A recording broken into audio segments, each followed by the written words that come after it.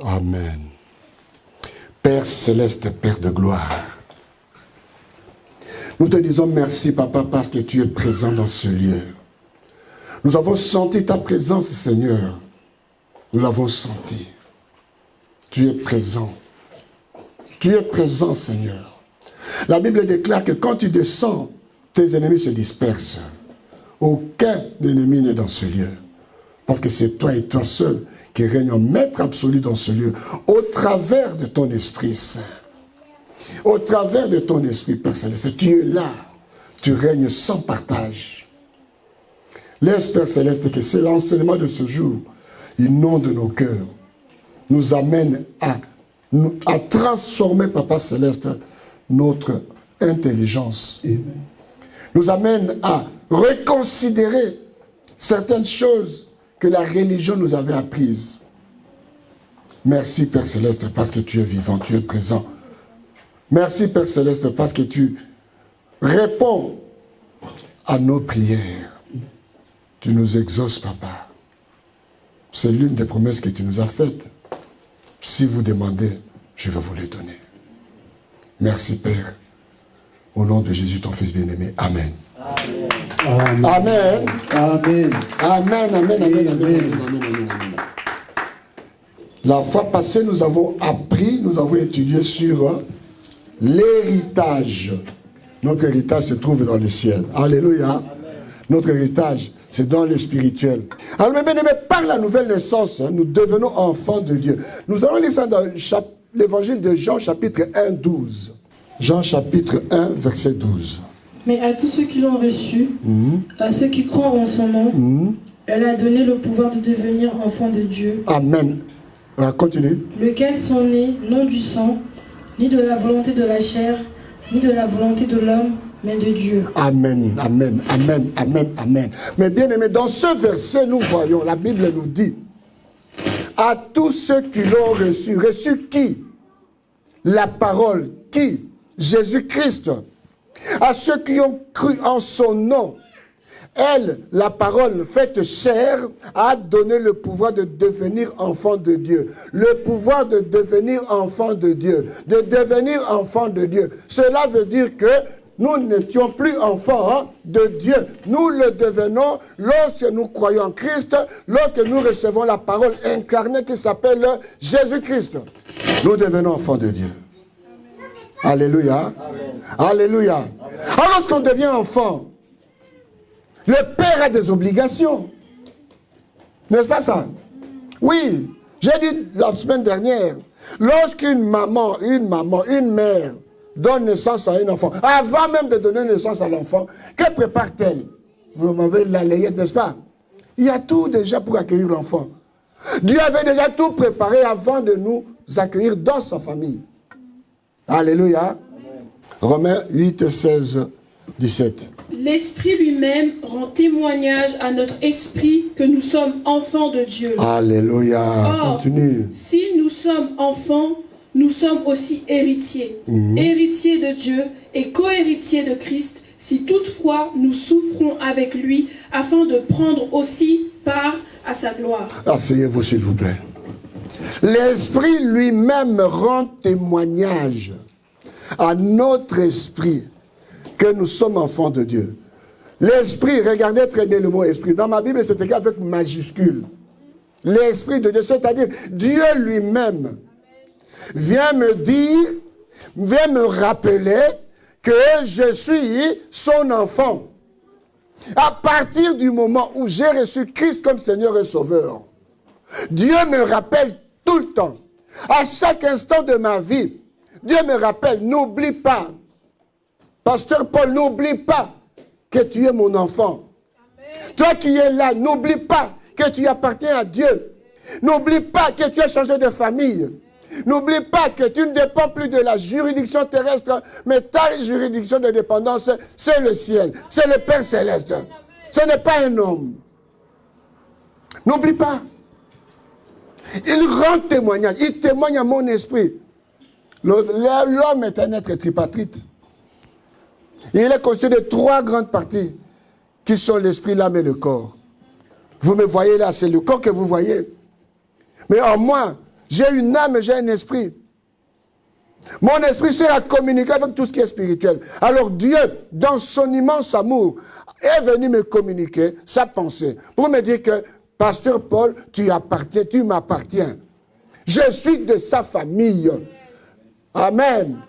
Oui, comme toi qui es là devant moi.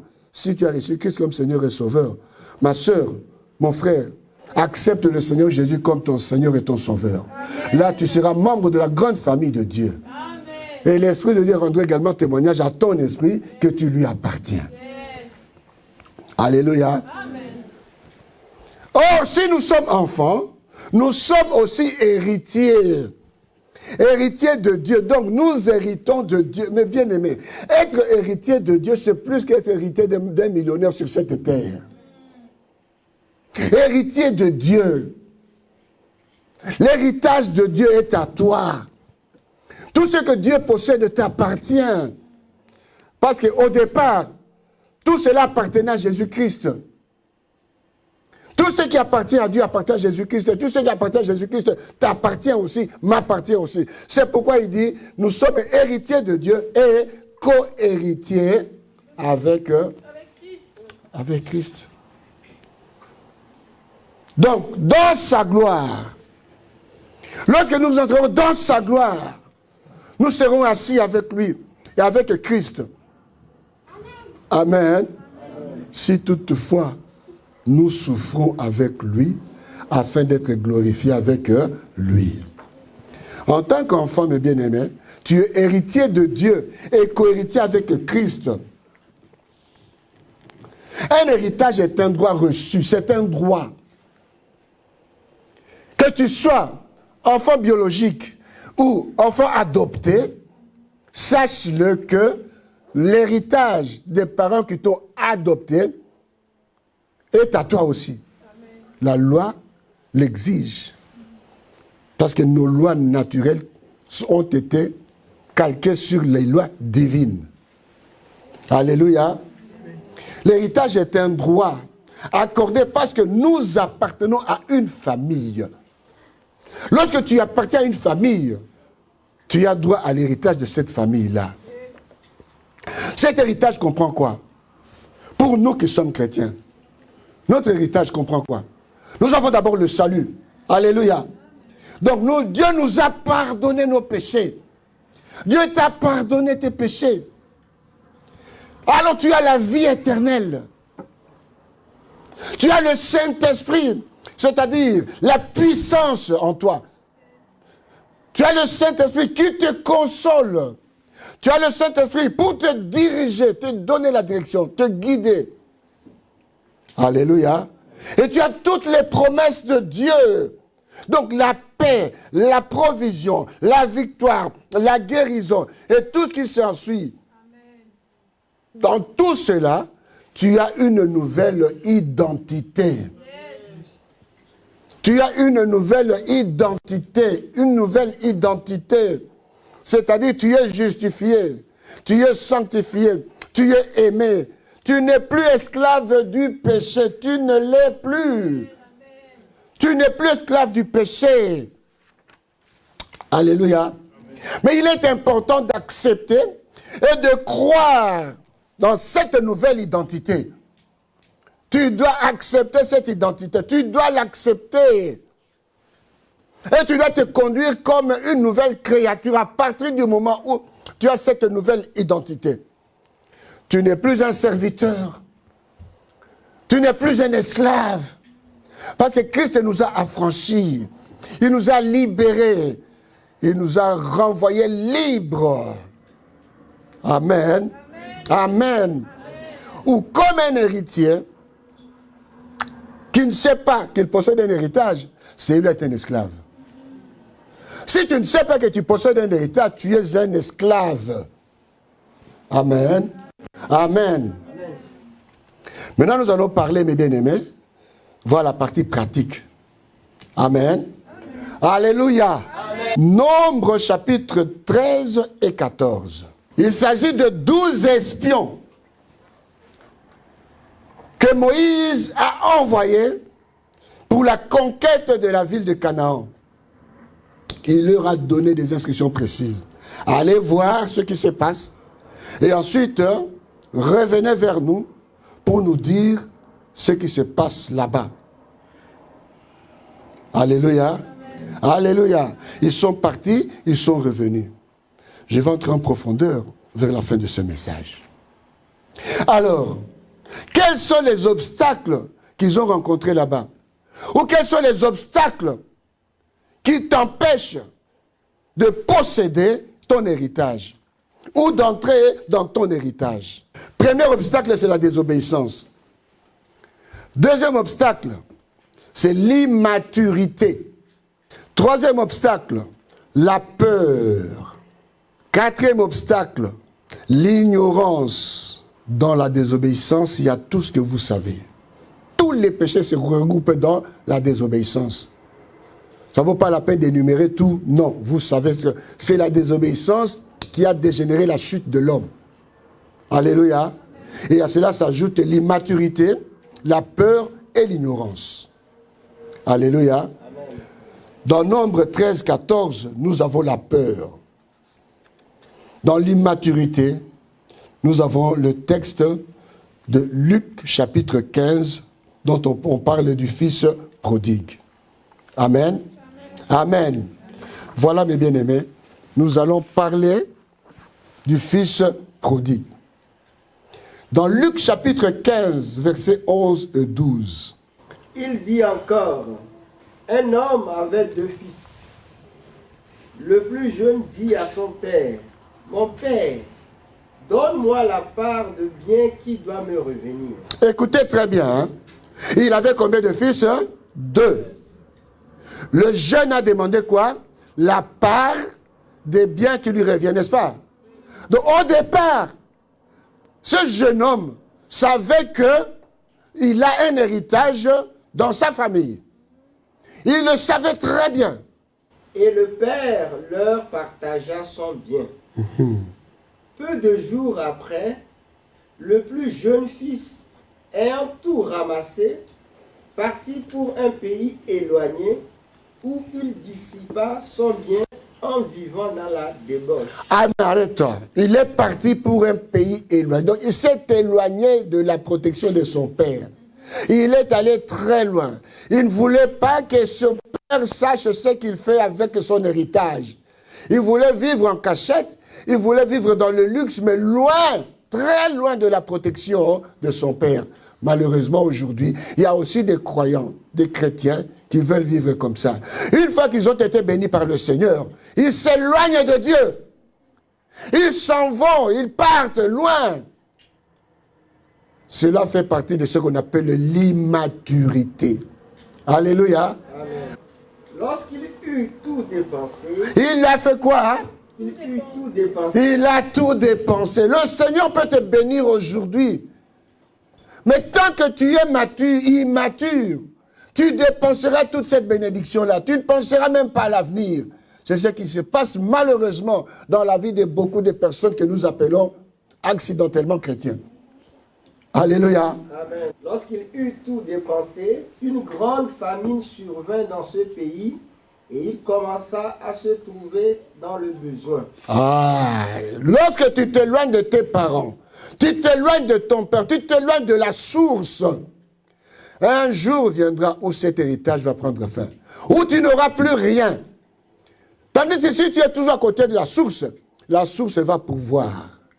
La source va pourvoir, Dieu va pourvoir. On appelle Jéhovah, hein? Jéhovah. Ah oui, parce que c'est un Dieu qui pourvoit. Il alla se mettre au service d'un des habitants du pays qui l'envoya dans ses champs garder les pourceaux. Arrête-toi là. Si tu continues à être immature, lorsque tu ne manqueras à manger et à boire, lorsque tu manqueras un endroit où dormir ou poser la tête, tu iras te faire esclave. Tu iras t'engager comme esclave pour avoir ne fût-ce qu'un bout de pain sec, pour avoir même un verre d'eau. Sinon, tu vas mourir. Il aurait bien voulu se rassasier des carouges que mangeaient les pourceaux, mais personne ne lui en donnait. Alléluia. Amen. Tu vas voir les gens manger. c'est que tu avais l'habitude de ne pas manger chez toi. Chez toi, tu mangeais peut-être du caviar, du foie gras, tu mangeais tout ce qui est bon là. Les cuisses de canard, magret de canard. Oui, le steak, le room steak, tu mangeais tout ça. Mais là, dans le manque, tu vas chercher à manger même ce qu'on appelle chez moi le légume amer. Tout simplement pour remplir ton ventre. Amen. Amen. Étant rentré en lui-même, il se dit, combien de mercenaires chez mon père ont du pain en abondance, et moi ici, je meurs de faim. Amen.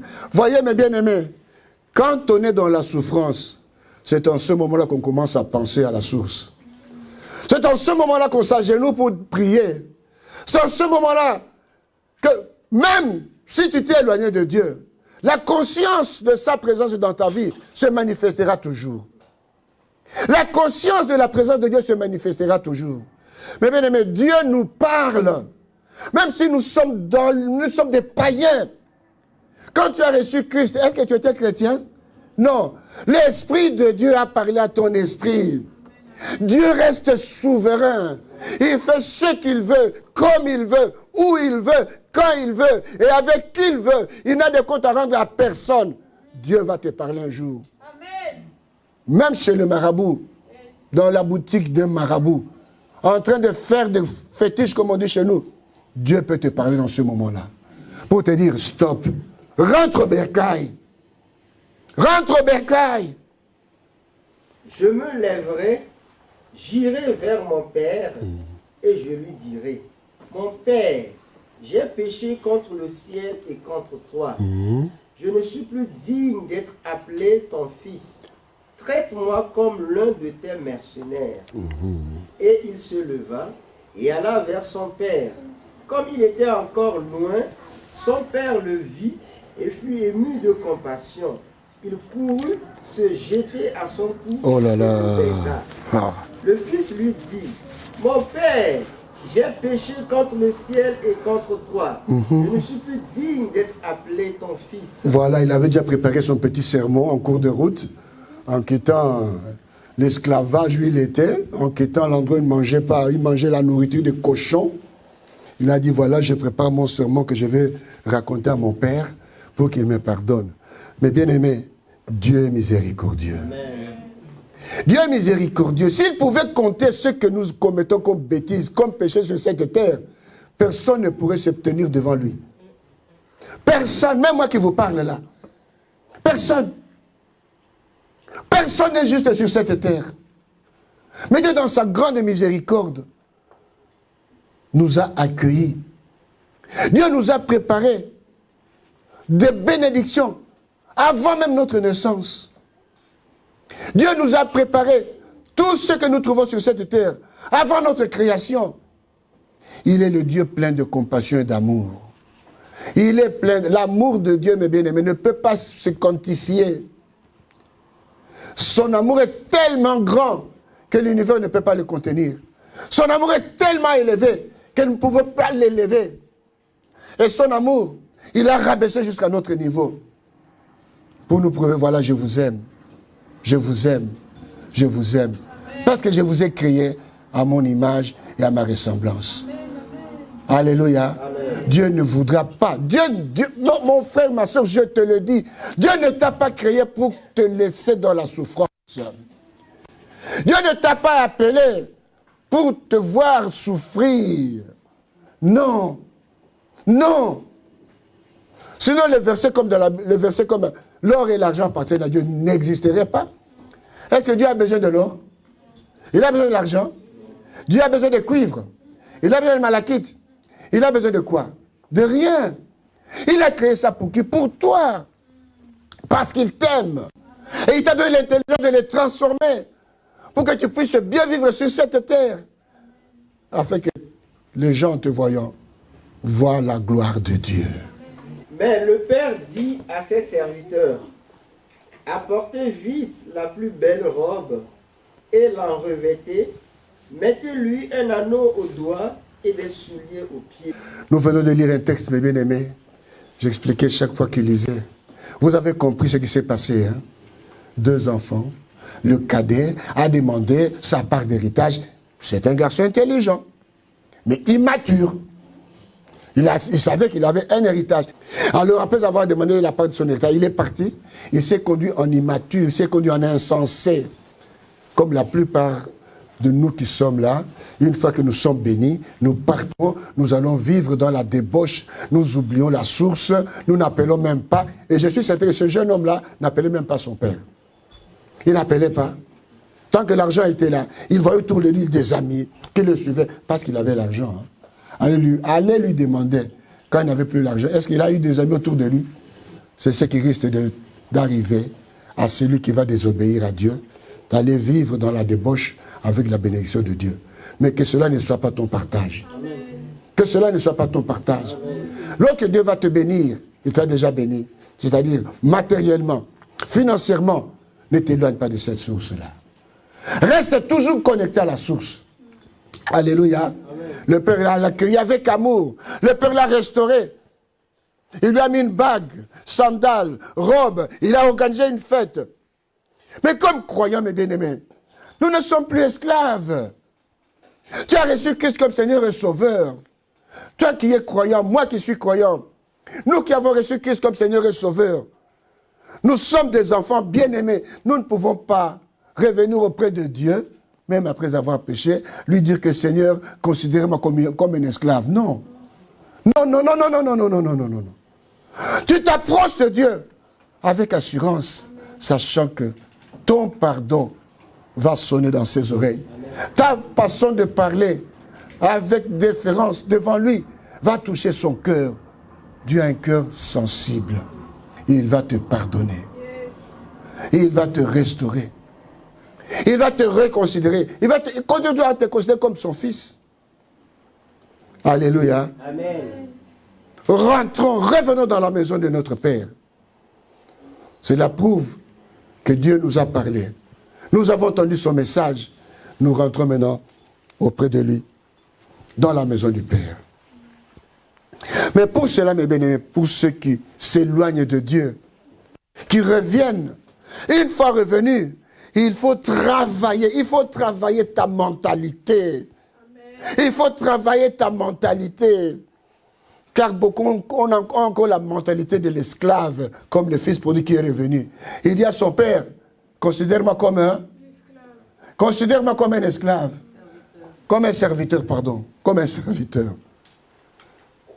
Mais nous, quand nous rentrons près de Dieu, nous n'allons pas faire ce genre de plaidoirie. Nous allons dire, Seigneur, je reviens, je suis ton fils, accepte-moi. Ta miséricorde est là. Je puise ma part de miséricorde, Seigneur. Alléluia. Le renouvellement de l'intelligence est nécessaire. Très, très important. Éphésiens chapitre 4, verset 23. Si du moins vous l'avez entendu, et si conformément à la vérité qui en est Jésus, c'est en lui que vous avez été instruits à vous dépouiller. Plus regard à votre vie passée, du vieil homme qui se corrompt par les convoitises trompeuses, à être renouvelé dans l'esprit de votre intelligence. À être renouvelé. Le vieil homme qui se corrompt doit être renouvelé par l'intelligence. Le renouvellement de l'intelligence se fait avec la parole de Dieu. Amen. Alléluia. Amen. Tu dois renouveler ton intelligence. Tu dois revoir ta façon de réfléchir. Tu dois revoir ta façon d'agir. Un esclave bien-aimé se dit, je dois obéir pour être aimé. Je dois obéir pour garder ma place. Je dois obéir pour être accepté. Un enfant dit, je suis déjà accepté. Alléluia. Amen. Je suis déjà accepté. Alors comment je dois me conduire? Je dois obéir par amour. Il n'obéit pas pour être accepté. Il est déjà accepté par ses parents. Amen. Il est déjà accepté par son père. Il est déjà accepté par sa mère. Alléluia. Nous qui sommes là, nous sommes déjà acceptés par nos parents. Nous sommes acceptés par le Dieu créateur. Nous sommes acceptés par Jésus-Christ. Parce que c'est au travers de lui que nous sommes entrés dans le royaume. Un chrétien qui comprend son identité d'enfant de Dieu vit dans la liberté. Si tu as compris ton identité, tu dois vivre dans la liberté, pas dans la peur.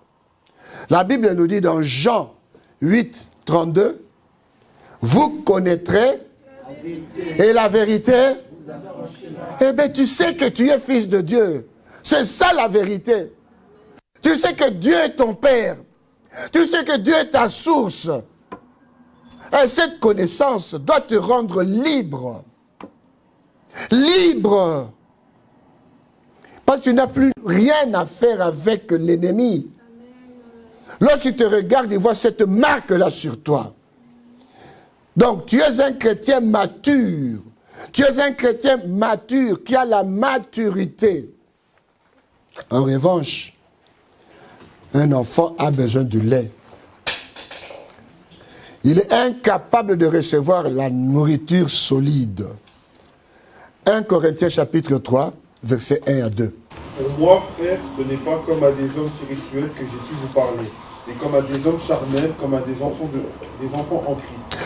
Je vous ai donné du lait, non de la nourriture solide, car vous ne pouviez pas la supporter. Amen. Je vous ai donné du lait parce que vous êtes des enfants. Vous ne pouvez pas manger la viande. Vous ne pouvez pas manger du poisson. Non, vous avez besoin du lait. C'est ça un enfant. Un enfant qui a besoin du lait, on ne peut pas le nourrir avec la viande, non.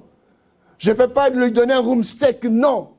Je ne peux pas lui donner des pommes de terre, à moins que j'écrase ces pommes de terre-là. Je ne peux pas lui donner des frites. Alléluia. C'est pas la nourriture. Les enfants ne peuvent pas supporter ça. Comme parmi nous, parmi les chrétiens, il y a des enfants, il y a des chrétiens qui ne supportent pas la parole de Dieu, qui leur frictionne un peu le corps. Oui, qui leur dit que non, ce que tu fais là est un péché, arrête. C'est pour leur bien, mais ils ne supportent pas ça. Ils claquent la porte, ils s'en vont. Aussi longtemps que l'héritier, ce sont des héritiers, hein. Aussi longtemps que l'héritier est un enfant, en grec, le mot enfant là a été traduit par un terme grec qui dit népios. Népios veut dire un enfant immature. Un enfant qui n'a pas la maturité. À cet enfant-là, on ne peut pas confier l'héritage. Même si on lui confie l'héritage, il aura besoin de qui? Des administrateurs. Il aura besoin de qui? Des tuteurs. Il ne pourra jamais aller à la banque, signer son chèque, déposer, dire, bon, versez, donnez-moi autant. On ne lui donnera pas. Parce qu'on ne peut pas le faire. C'est un enfant. Il est immature. Il n'a pas l'âge de gérer son héritage. Il ne diffère en rien à un esclave. Il ne diffère en rien à un serviteur. Quoi qu'il soit maître de tous ses biens. Beaucoup de chrétiens. Nous avons des héritages, mais nous sommes incapables de gérer cet héritage-là. Nous sommes incapables d'entrer en possession de cet héritage-là. Tout simplement parce qu'il nous manque ce qu'on appelle la maturité. On trouve le mot népios dans 10 versets dans la Bible, qui désigne quoi? Un petit enfant, un mineur, pas en âge, hein, en âge et en maturité. Un ignorant, un enfant qui n'est pas du tout habile. Vous trouvez ces versets-là dans Matthieu 11, 25, Matthieu 21, 16. Luc 10, 21. Romains 2, 20. Alléluia. Il y a encore d'autres versets qui nous parlent de l'immaturité de l'enfant. Où on parle de népios, c'est-à-dire un enfant immature. L'apôtre Paul, mes bien-aimés, explique l'héritier Nipios, N-I-P-I-O-S, possède l'héritage en droit. Juridiquement, c'est son héritage. Mais il ne peut pas encore jouir pleinement de cet héritage-là, tout simplement parce qu'il manque la maturité. Il manque la maturité. Tant qu'il reste nipios, c'est-à-dire immature, il vit comme un esclave. Il n'a pas le droit d'aller à la banque signer un chèque. Il n'a pas le droit d'aller se présenter à la banque, réclamer son argent. Ou bien prendre une partie de son argent, vivre bien avec. Tant qu'il reste nipios, il vit comme un esclave, bien qu'il soit en réalité maître de tous ses biens. Alléluia. Amen. Dans 1 Corinthiens 3:1, ici Paul parle de l'idée de l'immaturité spirituelle. Il est incapable de recevoir un enseignement profond. Il doit être nourri de lait, comme je viens de le dire, pas de nourriture solide. Dans Éphésiens 4:14, il s'agit encore de nipios. Éphésiens 4:14. Là, l'apôtre Paul décrit un croyant fragile.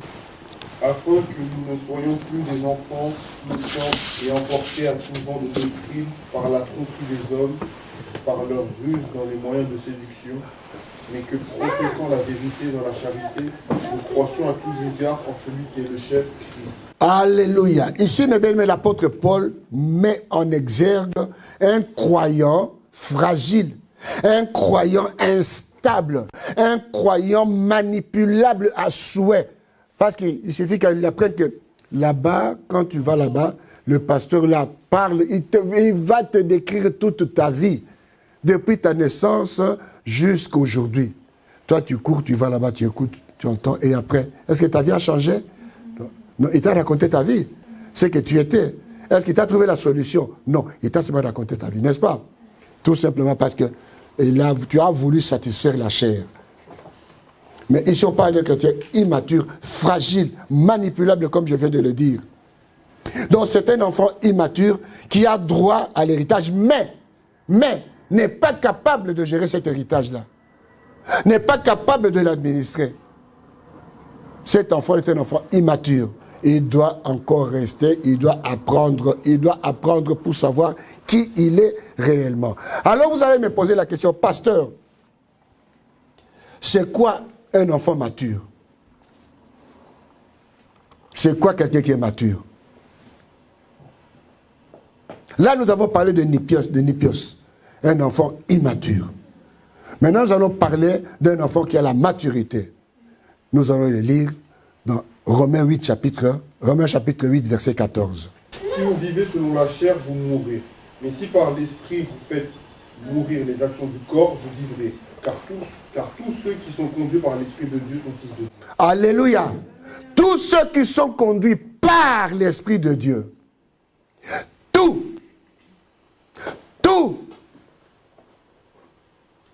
ceux qui sont conduits par l'Esprit de Dieu sont fils de Dieu. Alors, un fils de Dieu, c'est lui qui se laisse diriger par l'Esprit de Dieu. L'Esprit de Dieu. Là, tu es fils de Dieu. Dans le cas contraire, tu n'es pas du tout fils de Dieu.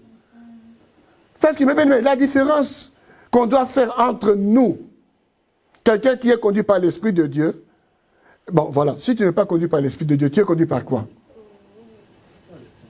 Par quoi? Par la chair, les émotions, oui. Par ce que tu revois, ce que tu regardes, ce qui est autour de toi. Tu es un suiveur. Oh, tu es encore un enfant. Être conduit par les fils de Dieu, mes bien-aimés, par l'Esprit de Dieu, c'est ce qui fait de nous des chrétiens matures, des fils de Dieu, des enfants matures, des enfants qui sont à même de gérer l'héritage qu'on leur a laissé. En grec, ça s'écrit H-U-I-O-S. Huios. C'est ça un enfant de Dieu. Être conduit par l'Esprit, là, lorsque tu es conduit par l'Esprit, tu ne commettras pas le désir de la chair. Non. Tu vas entendre la voix du Saint-Esprit te dire, non, ne sors pas cette nuit. Ne sors pas ce soir. Reste chez toi à la maison. Non, ne va pas à tel endroit. Reste chez toi. Non, mets fin à cette relation. Parce que c'est une relation toxique pour toi. Pour le moment, tu ne vois rien. Mais Dieu, qui voit tout, qui sait tout, a déjà vu. Il te met en garde. Tout simplement parce que tu es son fils. Tu es conduit par l'esprit et il vient te parler. Il parle à ton esprit. Et ton esprit t'avertit. En fait, c'est Dieu qui t'avertit. Et toi, si tu fais la sourde oreille, les conséquences, c'est toi qui les payeras. Mon vieux père avait toujours l'habitude de me dire, qui n'entend pas sentira. Parce que si tu refuses d'entendre, quand la douleur viendra, tu vas la sentir dans ton corps. Tu vas la sentir dans ta chair, dans ton âme, tu sentiras cette douleur-là. Tu ne pourras jamais échapper à la douleur. Jamais. Jamais. Jamais. Si vous êtes conduit par l'esprit, vous êtes effectivement, vous n'êtes pas sous la loi. Galates 5, 18. Lorsqu'on est conduit par l'Esprit de Dieu, on n'est plus sous la loi. On est dirigé par l'Esprit. Tu n'es plus sous la loi. C'est ce qui fait notre différence. La différence entre nous, les Huios, et les autres qu'on appelle les Nipios. La différence, c'est là.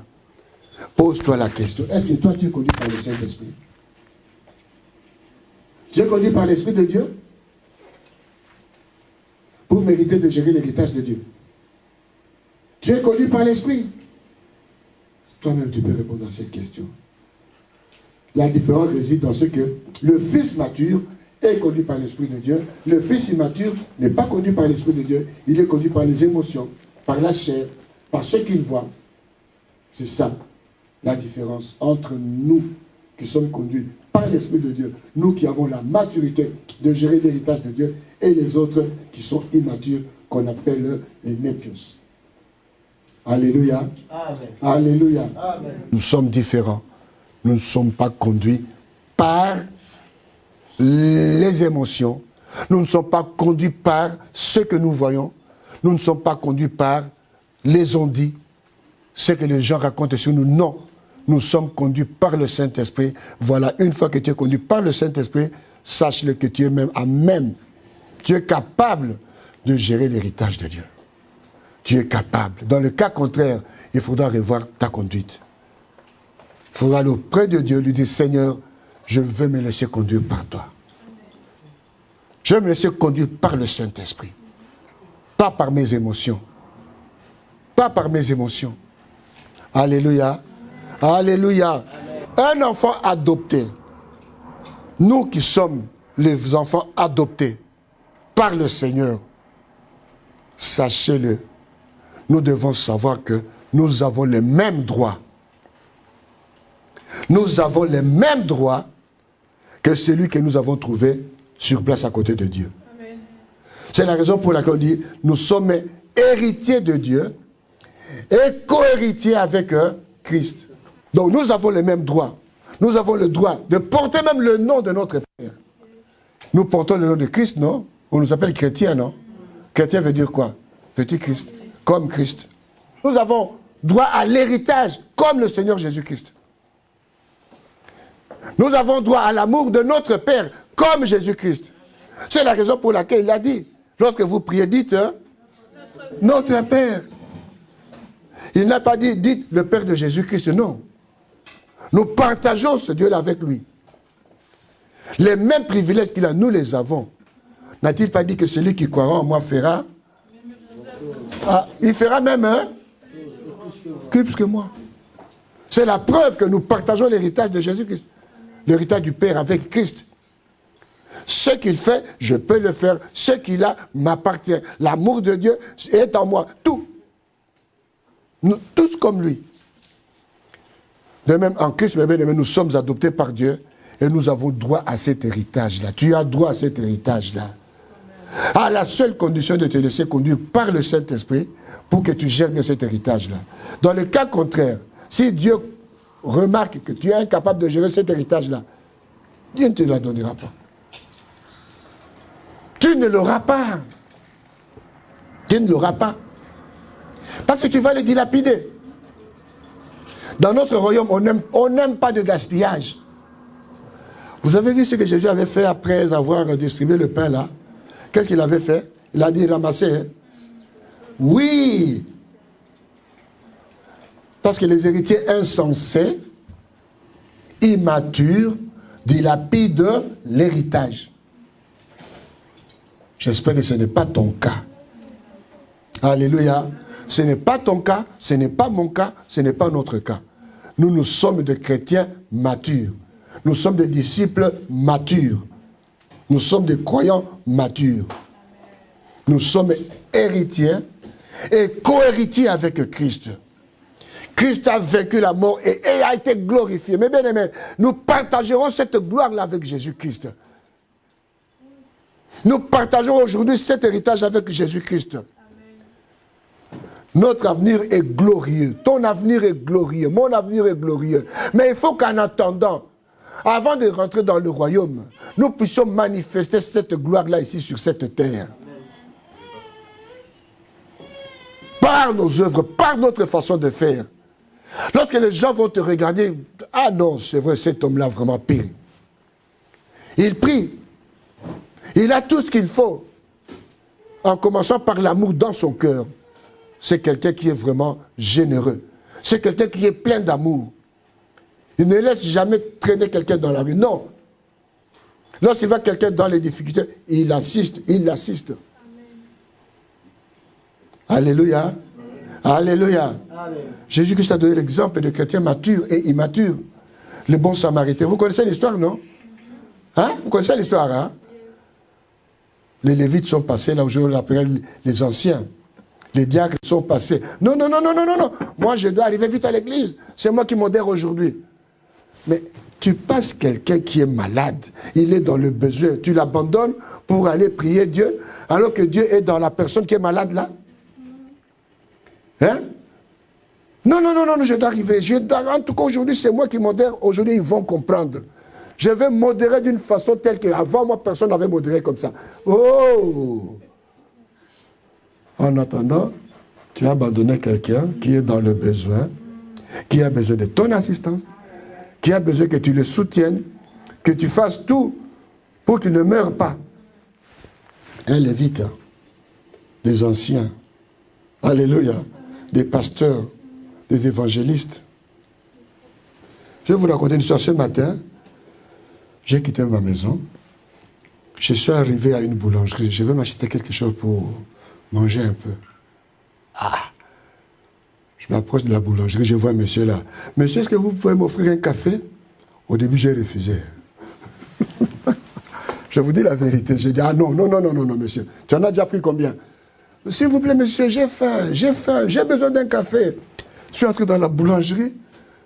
Après, je suis ressorti. J'ai dit, ah, monsieur, viens. Je l'ai appelé, il est venu. J'ai pris ce que je devais prendre. J'ai dit à la dame, donnez-lui son café, s'il vous plaît. La dame m'a demandé, c'est vous qui payez, monsieur? Moi, j'ai dit, oui, c'est moi qui paye. Je me suis souvenu, je vais à l'église, je vais prêcher l'amour de Dieu. Quelqu'un qui a besoin d'un petit café, qui ne coûte même pas 10 €. 1 € et quelques. Je dois durcir mon cœur pour ça? Ah non. Il a dit, donnez-lui un café. S'il m'avait demandé le croissant, j'allais encore lui offrir un croissant. Mais il m'a demandé seulement un café. Alléluia. Oui, mes bien-aimés, nous devons nous comporter comme ça. Je suis parti. J'ai senti mon cœur, mes bien-aimés. Oh! C'est comme si j'avais un poids qui était parti. En cours de, je me suis dit, si j'avais refusé le café à cet homme, Dieu ne m'aurait pas pardonné. Alléluia. Amen. Alléluia. Amen. Quand Dieu a béni Abraham, il a dit qu'Abraham sera quoi? Sera source de bénédiction, n'est-ce pas? Eh bien, en tant que chrétien mature, croyant mature, tu es source de bénédiction. Amen. Tu es source, en commençant par ta famille. Amen. Amen. En commençant, tu es source de bénédiction, en commençant dans ta propre famille. Celui qui réunit sa famille est considéré comme un infidèle. Un infidèle. Quelquefois, ça fait mal. Tu n'as pas assez. Ça nous arrive, n'est-ce pas? Mais on t'appelle, on dit, voilà, nous avons une situation ici qui est comme ça. Si tu n'agis pas, voici les conséquences. Que cela soit vrai ou pas, comment tu vas te sentir? Responsable, n'est-ce pas? Oui. Parce que si jamais tu n'agis, et qu'un malheur arrive, tu vas envoyer l'argent pour qu'on l'enterre? Tu aurais pu envoyer même 100 ou 150 $ pour qu'on l'amène où? À l'hôpital. Mais tu apprends maintenant que non, la personne est décédée. Moi, je n'enverrai pas l'argent pour qu'on l'enterre. Je me le reprocherai toute ma vie. Nous sommes bénis pour être source de bénédiction. Tu es béni pour être source de bénédiction. En commençant par ta propre famille. Alléluia. Alors maintenant, comment entrer dans ton héritage? Comment entrer dans ton héritage? Josué chapitre 1, verset 6. Fortifie-toi et prends courage. Verset... Car c'est toi qui mettras ce peuple en possession du pays que j'ai juré à leurs ancêtres de leur donner. Seulement, fortifie-toi et aie bon courage en te conformant fidèlement à toute la loi que Moïse, mon serviteur, t'a prescrite, ne t'en écarte ni à droite ni à gauche, afin de réussir où que tu ailles. Ne t'ai-je pas ordonné, fortifie-toi et prends courage, ne sois pas effrayé ni épouvanté, car l'Éternel ton Dieu est avec toi où que tu ailles. Tout homme qui se rebelle à ton ordre et qui n'obéira pas à tout ce que tu lui ordonneras sera puni de mort. Seulement, fortifie-toi et prends courage. Quelle est l'expression qui revient souvent? Alors cet après-midi, je te dis fortifie-toi. Fortifie-toi, mon frère, ma soeur, mon fils, ma fille. Je te dis fortifie-toi. Fortifie-toi. Tout simplement parce que l'ennemi ne te laissera pas en paix entrer dans ton héritage facilement. Il va te barrer la route. Il va te barrer la route. Il va te barrer la route. Fortifie-toi et prends courage. Fortifie-toi, ma soeur. Fortifie-toi, mon frère. Ne te détourne pas de la parole de Dieu. Médite la nuit et jour. Prie, jeûne. Quand Dieu donne, il donne déjà. Dieu ne va plus se mettre devant toi pour dire, voilà, je suis devant, suis-moi. Non, il t'a déjà équipé. Il t'a dit, je te donne ça au présent. Il n'a pas dit, je te donnerai. Je te le donne. Amen. Je te le donne. Prends-le, saisis-le. Et je t'ai équipé pour affronter l'ennemi et le terrasser. Fortifie-toi. Nous entrons dans notre héritage par la foi. Puisque Dieu a dit, je vais agir. Puisque Dieu m'a parlé, c'est à moi. Dieu me l'a donné, ça m'appartient. Cet héritage est à moi. Pas une autre personne. Mais il y aura toujours des embûches. L'ennemi va te tendre des pièges. Mais toi, fortifie-toi. Fortifie-toi. Si tu te fortifies, tu es un chrétien, hein? Ios. Alléluia. Amen. Par la foi, va conquérir ton héritage. Par la foi, reçois ton héritage. Par la foi, mets l'ennemi hors d'état de nuire. Par la foi, dis Seigneur, je saisis parce que tu me l'as dit. Cet héritage m'appartient. Nombre chapitre 13. Voici ce qu'il raconte à Moïse. Nous sommes allés dans le pays où tu nous as envoyés. À la vérité, c'est un pays où coule le lait et le miel, et en voici les fruits. Voilà, mon frère, ma soeur. L'héritage que Dieu te donne, hein, c'est un héritage qui n'a pas de prix. C'est un héritage, lorsque tout le monde va voir comme ça, sera étonné. Mais seulement, il faut l'apprendre, il faut le prendre, il faut le saisir. Mais le peuple qui habite ce pays est puissant. Les villes sont fortifiées, très grandes. Nous y avons vu les enfants d'Anak. Les Amalécites habitent la contrée du Midi. Les Étiens, les Jébusiens et les Amoréens habitent la montagne. Le verset 30. Caleb fit taire le peuple qui murmurait contre Moïse. Il dit, montons, emparons-nous du pays, nous y serons vaincus. Il a dit, montons, emparons-nous. mon frère, ma soeur, monte. Empare-toi de cet héritage-là. Empare-toi, cet héritage est à toi. Dieu a fait la promesse, ne reculera plus. Il ne va plus refaire la même promesse. Il t'a dit, va, monte, empare-toi, prends cet héritage-là, saisis-le, il est à toi. Verset 31. Mais les hommes qui étaient allés avec lui dirent, nous ne pouvons pas monter contre ce peuple car il est plus fort que nous. Nous ne pouvons pas monter. Ce sont des chrétiens comment? Immatures. Immatures. Ils sont animés par la peur. Animés par la peur. Incapables de mettre en pratique la parole de Dieu. Ils se vantent partout, j'ai la foi. Mais la foi sans œuvre est une foi morte. Dieu t'a dit, lève-toi, va. Toi, tu as peur. Tu vois les fils d'Anak. Tu vois des géants partout. Là où les gens voient l'opportunité, toi, tu vois les difficultés. Tu n'es pas un croyant mature. Tu es un épios. L'héritage est là. Tu refuses de le saisir. Tu refuses. Et ils décrièrent devant les enfants d'Israël le pays qu'ils avaient exploré. Ils dirent, le pays que nous avons parcouru pour l'explorer est un pays qui dévore ses habitants. Hey, le pays dévore, hein? Tu as déjà vu un pays qui dévore un être humain? Un pays qui dévore un être humain. C'est la peur qui leur faisait parler comme ça. C'est la peur. Voici ce qui peut t'empêcher de saisir ton héritage. La peur.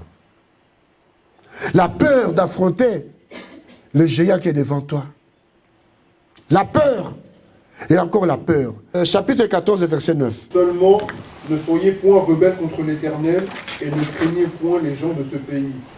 Car ils nous serviront de pâture, ils n'ont plus d'ombrage pour les couvrir. Ah, ils n'ont plus pour voilà le langage d'un chrétien mature. Le langage d'un croyant qui a la maturité. Le langage d'un croyant qui s'appuie sur la parole de Dieu. Le langage d'un croyant qui a la foi dans la parole de Dieu. Un croyant mature a la foi dans la parole de Dieu. Ce que Dieu a dit, c'est ce qu'il doit faire. Le verset qui dit qu'à leur yeux nous étions. Nous y avons vu les géants, les descendants d'Anak qui sont issus des géants. À nos yeux et aux leurs, nous étions comme des sauterelles. À nos yeux, d'abord à tes propres yeux, tu te vois comme une sauterelle. Vous savez ce qu'est une sauterelle? Une sauterelle. Comment toi, créé à l'image de Dieu, à la ressemblance de Dieu, tu te considères comme une sauterelle. Qui tu insultes là? Qui tu insultes? Dieu qui t'a créé. Il a mis son esprit en toi. Il t'a appelé. Il t'a dit, voici ce que j'ai fait pour toi. Mais tu dis, non. D'accord. À tes propres yeux, tu es une sauterelle. Mais comment tu peux voir que, aux yeux de celui qui est devant toi, tu es encore une sauterelle? Tu insultes Dieu 2 fois. Tu insultes Dieu. Et tu dis là, je suis héritier. Tu es héritier de quoi? Tu es héritier de quoi? Tu es héritier de quoi? Parce qu'à tes propres yeux, tu es une sauterelle. Aux yeux de ton adversaire, tu es une sauterelle. Comment est-ce que tu entreras dans l'héritage de ton père? On doit t'affecter des administrateurs. Tu auras toujours besoin d'un tuteur à côté pour gérer tes biens. On ne va pas te confier le chéquier. On ne va pas te confier l'entreprise. Non, tout simplement parce que tu es encore une sauterelle. Et tu resteras sauterelle. Que cela ne soit pas ton partage. Amen. Non. Non. Peu importe la personne qui sera devant toi. Même s'il est habillé en 3 pieds, c'est tout ce que tu veux. Ce n'est rien. Ce n'est que l'extérieur. Ce n'est que l'extérieur. Ne te vois pas petit devant lui. Non. Toi, tu es équipé par l'Esprit de Dieu. Tu marches par l'Esprit. Dieu est avec toi. Tu n'es pas inférieur à lui. Tu es un être humain. Tu es un être humain, pas une sauterelle. Alléluia. Amen. Alléluia. Amen. Ne vous conduisez pas comme des mendiants. Ne nous conduisons pas comme des esclaves. Ne va pas jusqu'à hypothéquer ta vie parce que tu cherches un travail. Non. Garde toujours ta dignité en tant qu'enfant de Dieu, en tant qu'héritier de Dieu. Garde ta dignité. Ne va pas vendre n'importe quoi pour obtenir une telle faveur. Non, évite, ne le fais pas. Ne le fais pas. Bats-toi autrement. Dans la prière, dans le jeûne, dans la déclaration de la parole de Dieu. Bats-toi comme ça. Dieu va t'ouvrir les portes. Ne va pas compromettre ta vie parce que tu cherches un emploi, parce que ceci. Mais bien aimé, l'héritage n'est pas automatique. C'est par la foi, c'est par la foi, c'est par la foi que tu vas l'acquérir. C'est par la foi que tu seras un véritable héritier. Tu es déjà. Ce qui te reste, c'est de te lever, d'agir. Amen, amen, amen. Il faut rejeter l'esprit de « Oh, moi je suis orphelin de père et de mère, je n'ai rien personne. » Mais on a vu des orphelins qui ont bien évolué. Hein? Oui. Dieu est le père de... Il est le défenseur de... Et alors? Et alors? Il faut marcher dans son héritage. Éviter les sentiments d'indignité. Moi, je suis indigne, tu vois. Bon, moi, je suis que black, je suis noir, je ne peux pas prétendre à ce poste-là. Lève-toi et agis. Amen. Un pays comme les États-Unis d'Amérique, qui pouvait savoir qu'un noir dirigerait ce pays-là? Qu'est-ce qu'il disait? Yes, we can. Oui, nous pouvons. Toi aussi, oui, tu peux. Amen. Que la couleur de ta peau ne soit pas une barrière. Détruis-la. Que tes origines ne soient pas une barrière. Non, l'héritage, c'est pour tout. C'est pour nous tous. L'héritage nous appartient. L'héritage t'appartient, l'héritage m'appartient. Tout simplement parce que Dieu nous a adoptés. Amen. Alléluia. Amen. Alléluia. Amen. Alors, il faut marcher dans son héritage. Faire montre que oui, tu as même de diriger, tu as même d'obtenir. Tu as même de recevoir ce que Dieu a dit. C'est à toi, Dieu a dit, tu te lèves, ça t'appartient, pas une autre personne. Tu es capable d'administrer ton héritage. Galates 5, 16 nous dit, hein, marchez par l'esprit. Marchez selon l'esprit. En marchant selon l'esprit, tu n'accompliras pas le désir de la... Marche par l'esprit. Laisse le Saint-Esprit te conduire. Là, tu es un enfant de Dieu. Là, tu es un disciple mature, quelqu'un qui a la maturité. Par la prière et la confession de foi, réclame et déclare ce que Dieu a promis. Par la persévérance, j'ai dit tout à l'heure, car l'ennemi, quelquefois, peut te barricader la route, peut t'empêcher d'entrer dans ton héritage. Nous avons vu la ville de Canaan. Nous avons vu Jéricho. L'ennemi peut tout faire pour t'empêcher. Mais toi, sois persévérant. Je te dis, sois persévérant, sois persévérant. Les Israélites avaient des armes. Ils avaient tout. Mais nous, aujourd'hui, mes bien-aimés, dans la nouvelle alliance, nous avons plus que ça. Parce que notre combat n'est pas un combat charnel. Amen. Nous ne combattons pas les êtres vivants comme toi et moi. Nous combattons dans l'esprit. Et les armes que Dieu nous a données, ce sont des armes spirituelles que nous devons utiliser. Utilise-le. Utilise-le. Alléluia. Amen. Dans la prière, dans le jeûne, dans la sanctification. Demandons au Saint-Esprit de se manifester dans ta vie. Demandons au Saint-Esprit de te conduire. Il te conduit, dit, cher Saint-Esprit, que dois-je faire demain? Donne-moi mon planning. Donne-moi le planning que tu as pour moi. Alléluia. Amen. Par la méditation de la parole de Dieu. Amen. Amen. Il faut chercher aussi à avoir la révélation de Dieu. On a beau être enfant de Dieu, on a beau avoir la maturité, mais quelquefois, la chair cherche à prendre le dessus. Non, cher Saint-Esprit, j'ai besoin de ta direction. Par le service, comme j'ai dit tout à l'heure, quand Dieu a béni Abraham, il a dit toutes les nations de la terre seront bénies en toi. Et toi qui es là, tu es béni, et toute ta famille sera bénie en toi. Oui. Tu es une source peut-être pour ta famille, mais tu ne le sais pas. En marchant chaque jour comme un héritier, pas marcher comme ça dans la rue, les épaules voûtées. Mais non. Tu vas dire à Dieu que Dieu donne. Tu vas dire que Dieu te donne la santé. Tu vas dire à Dieu, marche avec toi. Non. Même si tu n'as pas mangé chez toi à la maison, marche tête haute. Ne manifeste pas ta pauvreté dans la rue comme ça, non.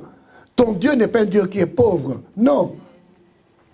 Tout le monde te voit, tout le monde a peur de toi, tout le monde te voit. Eh, pasteur, comment ça va? Ah, vous savez, ce jour-ci, j'ai fait 2 jours sans manger. Je vais aller prêcher l'évangile à une personne à qui je dis ça. Hein? Je n'ai pas mangé, je n'ai pas l'argent pour payer mon transport. Je vais aller prêcher l'évangile à une personne à qui je dis ça. Si ton Dieu est capable de te donner l'argent pour ton transport, alors que j'ai un Dieu puissant, un Dieu riche, je dois vivre chaque jour comme un héritier. Amen. Je dois marcher comme un héritier. Amen. Respirer comme un héritier. Manger comme un héritier. Voir comme un héritier. Parler comme un héritier. Pour manifester la gloire de Dieu. Amen. Je ne vais pas l'exposer ma pauvreté partout. Non, pas la mienne. Hein. Ne va pas exposer ton manque partout. Non. Un héritier ne marche pas comme ça. Est-ce que toi, tu vas voir le prince William passer à la télévision dire que, voilà, ici en Angleterre, nous manquons ceci, nous manquons cela. Il ne fera jamais ça. Parce qu'il a tout. Toi aussi, tu as tout. Tu as tout. Tu as tout, mon frère. Tu as tout, ma soeur. Marche comme quelqu'un qui a tout. Ça peut arriver, la souffrance. Vous savez à quoi sert la souffrance? À quoi servent les épreuves? Non, Dieu est en train de t'émonder pour que tu atteignes la stature parfaite de Jésus-Christ. Tu dois passer par ces épreuves-là. Pour que ta sanctification soit totale et complète. Nous passons par des épreuves. Christ lui-même est passé par des épreuves. Toi et moi, nous passerons aussi par des épreuves. Mais que cela ne soit pas l'occasion pour dénigrer notre Seigneur. Jamais. Jamais. Dieu t'émonde. Il enlève ce qui n'est pas pour sa gloire dans ta vie. Alléluia. Cela fait partie du processus de la sanctification, de la mise à part pour Dieu. Dieu nous éduque. Parce qu'un héritier qui n'est pas éduqué, un héritier qui n'est pas instruit, commettrait des bêtises. Donc, il y aura des moments où tu demandes quelque chose à Dieu, Dieu regarde, ce n'est pas le moment. Tu dois attendre. Tu dois attendre. Tu peux beau pleurer, tu ne l'auras pas. Tout simplement parce que d'abord, 1, Dieu t'aime. 2, il ne veut pas te perdre. Parce que je sais que si tu te donnes cette bénédiction-là, tu vas l'utiliser mal. Et cette bénédiction peut te conduire à la mort. Comme il t'aime beaucoup, il tient à toi, il veut qu'un jour tu vois sa gloire dans le ciel à côté de Jésus-Christ. Dis, mon fils, tu peux pleurer, mais tu ne l'auras pas aujourd'hui. Attends le moment opportun. Dieu attend de nous que nous soyons stables, enracinés, conduits par le Saint-Esprit et fermés dans la foi. Et tu verras, il va ouvrir grandement les vents du ciel. Que tu exerces ton autorité spirituelle partout où tu seras. L'autorité que Christ nous a déléguée. Et tu deviendras aussi un canal de bénédiction. Il nous appelle à grandir, à grandir, à grandir, à grandir. À devenir des véritables héritiers. Décide-toi aujourd'hui de quitter l'immaturité. Engage-toi à nourrir ta vie de la parole de Dieu. Laisse le Saint-Esprit te conduire chaque jour. Accepte les épreuves comme étapes de croissance. Les épreuves sont des étapes de croissance. Alors tu ne seras plus un chrétien en droit, mais un fils. Une fille qui manifeste son héritage dans la gloire du Seigneur. Romains 8, 17 nous dit, si nous sommes enfants de Dieu, nous sommes aussi héritiers et co-héritiers avec Christ. Alléluia. Alléluia. Alléluia. Alors j'ajoute, Matthieu 6, 31, 38 dit, ne vous inquiétez de... Je ne m'inquiète de rien.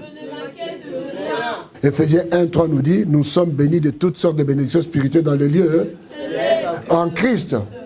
Alors commençons à élever nos voix et à crier au Seigneur. Seigneur, aide-moi, Père éternel, à avoir l'esprit de sagesse lorsque l'héritage est en moi. Je ne veux pas manifester de l'immaturité, je veux être sage. Commence à invoquer le Saint-Esprit et qu'il te donne la sagesse pour recevoir cet héritage, pour jouir de l'héritage en Christ Jésus. Prions dans le nom de Jésus et élève ta voix, mon frère, ma sœur. Père céleste, Père de gloire, je viens devant de ton trône de grâce, demandant à ce que la sagesse divine, tendre Père, me soit accordée. Je veux que la sagesse de Dieu me soit donnée pour que je ne puisse pas manifester une immaturité constante. Je veux que la maturité soit mon partage. Je veux que l'Esprit de Dieu m'accorde la sagesse dont j'ai besoin, car j'ai besoin de la sagesse, j'ai besoin de la sagesse, que la sagesse soit mon partage. Je veux vivre avec la sagesse de Dieu, je veux être mature envers toi, Père éternel, je veux opérer dans une maturité qui brusque les personnes autour de moi, éternel. J'ai besoin de cette sagesse, j'ai besoin de cette sagesse. Père éternel, entends nos voix, entends nos cris, Père. Nous demandons à ce que la sagesse de Dieu soit notre partage. Nous voulons vivre avec la sagesse de Dieu. Commence à ouvrir ta bouche et à demander que la sagesse de Dieu vienne te saisir et te toucher et que tu sois un instrument de bénédiction via l'héritage qu'il va te donner. Esprit Saint de Dieu, je veux vivre avec cette sagesse car j'ai besoin de la sagesse de Dieu. J'ai besoin de cette sagesse divine éternelle. Je veux manifester cette sagesse, Père éternel, que lorsque l'héritage me soit donné, lorsque l'héritage me sera donné, je veux vivre avec la sagesse de Dieu pour jouir des fruits que tu vas me donner, pour jouir de l'héritage que tu vas me donner, éternel. J'ai besoin de cela. J'ai besoin de la sagesse éternelle. Donne-moi cette intelligence divine. Donne-moi l'intelligence divine pour gérer, pour avoir la gestion de tous ces biens que tu vas m'accorder, éternel, de toutes ces bénédictions, de toutes les personnes qui graviteront autour de moi. Accorde-moi cette sagesse-là, éternel. Accorde-moi, tendre Père, l'intelligence pour gérer, tendre Père, tout ce que tu m'accordes, pour gérer tout ce que tu m'accorderas, car j'ai besoin de la sagesse. J'ai besoin de la sagesse éternelle. Viens renouveler en nous cette intelligence. Renouvelle en nous cette intelligence, Père éternel.